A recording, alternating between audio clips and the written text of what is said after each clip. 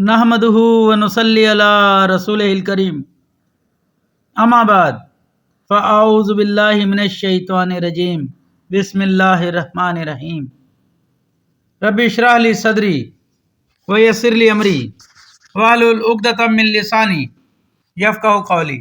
मोहतरम नाज़रीन कराम, यासीन शाह जब्बारी रूहानी दुनिया यूट्यूब चैनल के साथ आपकी खिदमत में हाजिर है और सलाम पेश करता है। अस्सलामु अलैकुम रहमतुल्लाहि व बरकातहू। आज हम आपको सहर और सिफली की निशानियों के बारे में बताते हैं कि अगर किसी को सहर और सिफली हो जाए, खुदा न खास्ता। नाजरीन, ये जादू करवाया जाता है और ये नापाक आमिलों से करवाया जाता है, जैसे कि जो गैर मुस्लिम होते हैं वो लोग इस अमल को करते हैं और हमारे मुसलमान बहन भाई इस कभी फ़ैल को करवाते हैं। अल्लाह ताला हम सब को ऐसे लोगों से महफूज फरमाए, आमीन। नाजरीन, सहर व सिफली की पहली निशानी यह है कि आदमी का दिमाग माऊफ हो जाता है, यानी कि उसकी सोचने समझने की सलाहियतें मुकम्मल तौर पर ख़त्म हो जाती हैं, याददाश्त ख़त्म हो जाती है, भूल चूक का मर्ज़ पैदा हो जाता है। यानी आप कोई बात कर रहे हैं लेकिन एकदम से आपके जहन से उतर गई कि आप क्या कह रहे हैं, यानी कि निस्यान का मर्ज़ पैदा हो जाता है।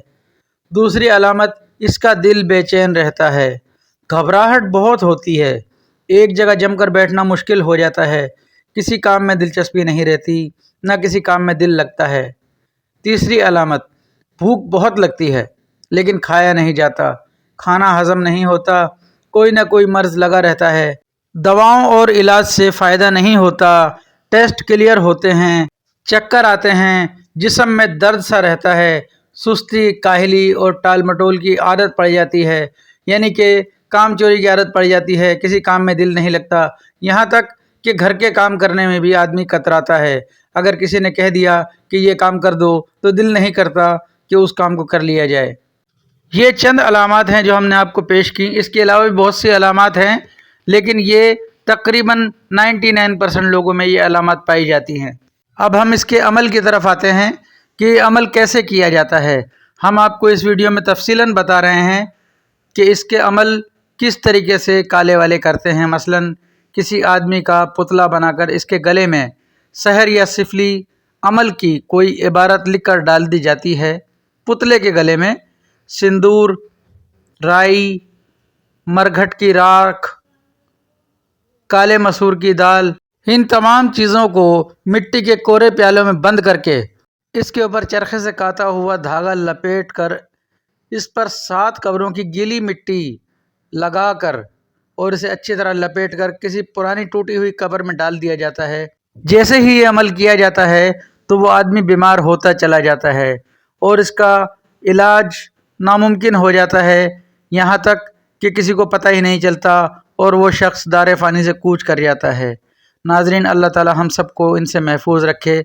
इसके अलावा भी कुछ और अमलियात हैं, जैसे बाज़ सिफली करने वाले आमिल जादू का पुतला या कागज़ पर, यानी कि एक मोम का पुतला या मिट्टी का पुतला बनाया जाता है या एक कागज़ पर मरीज़ की शक्ल बनाकर इस पर सिफली अमल करके कौवे के मुंह में रखकर इसकी चोंच कच्चे धागे से बांधकर जिंदा कौवे को कब्र में डाल दिया जाता है, या इसी तरह का पुतला बनाकर मेंढक या मछली को खिला दिया जाता है या किसी परिंदे को खिला दिया जाता है।